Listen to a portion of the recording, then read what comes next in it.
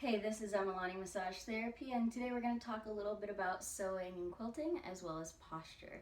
So as many of you know, if you've ever been to Emalani Massage Therapy, I let you know that there is a quilting studio upstairs, and my mom tends to do some quilting while I'm in session. So today I wanted to talk about not only that because my mom is a quilter and it's related to my space, but because right now we're making masks for individuals who need them most. When sewing, one of the things that I thought of that is very pertinent to your self-care and self-awareness is how you're sitting when you're sewing. For those of you who are also sewing, you may notice a very common posture, which is when your chair is too high and you're looking at the machine. We all tend to do this. We lean forward and we're working here. We're very close to our project. We're leaning over because our machine is at a fixed height. So one of the things I wanted to look at was your chair posture. So as you saw, I raised the chair to make that example of leaning forward over the machine. So one thing you can do when you notice that you're doing this is first get good posture, bring your tummy in, make sure your shoulders are not rolled forward, sit up nice and tall, breathe in, and you can lower your chair to where your arms are on the table comfortably, like you need them to be, without being below the machine or above and hunched over.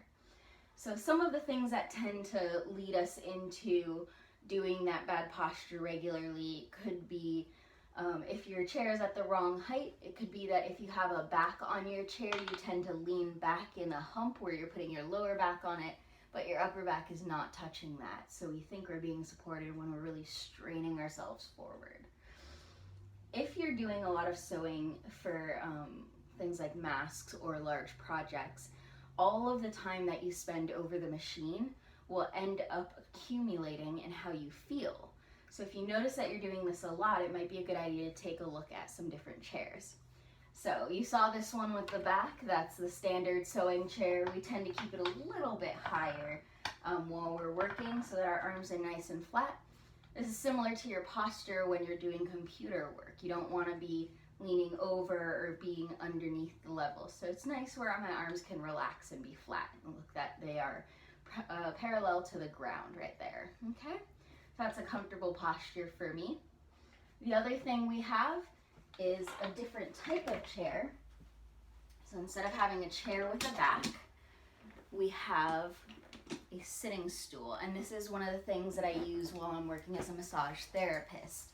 The great thing about this stool is that without the back, you aren't leaning in that humped position to make your lower back touch the chair.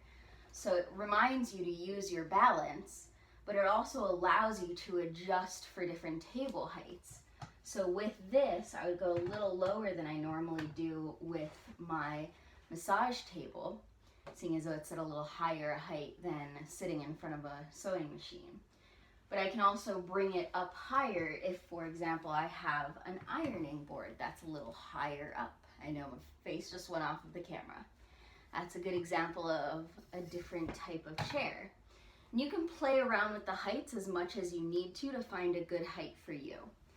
All right, so my actual favorite though is this one, the exercise ball. So I find that if I sit in a chair with a back or arms, or if I'm sitting on the sofa, I stop moving. Like I stop getting out of the chair, I stop getting up to do things because I'm comfortable and I'm supported and I can stay that way for a longer period of time. The reason why I like the bouncy ball or the exercise ball the most is because it's a little bit soft, so it's very comfortable. You have a little bit of bounce and a little bit of movement. To stay on the ball, you have to use your adductors as well as your abdomen and your balance. So you're keeping that posture upright more than you are in a standard chair, because otherwise you'd slump over, you'd fall off the ball. So having an exercise ball can be very helpful because it makes your body need to use those muscles regularly to keep you in balance and to keep you moving. And it's also easier to get up off of a bouncy ball or a ball that's moving and gives you that movability than it is to get off of the very, very comfy couch. With the exercise ball, if you have a set table height, you can use the amount of air in the ball to adjust the height of how high you sit. So this ball is not completely inflated to the maximum that it could be, which allows me to sit a little bit lower on the table. Now in the other area where I've set up a secondary sewing machine that's not in the primary sewing room, I have a table that has adjustable leg height, and I can bring that table up just a little bit so that it's perfect height for the bouncy ball. It's a good one because it lets me move throughout different areas in the house, and it lets me adjust to the different kinds of seats that I need where I need them. So if you're doing any kind of projects, if you're volunteering your time and making masks for those who are in need, we appreciate you, and we want you to make sure that you take care of yourself throughout all of this. So take a look at your chair, take a look at your body mechanics, see if you're hunching over your machine or if you're sitting below it and working up here, and adjust to see if you can find just the right position that'll help you feel better as you go. And when you do that, you'll notice that you have a lot more of a relaxed neck. You'll notice that your back isn't hurting anymore, your arms aren't straining.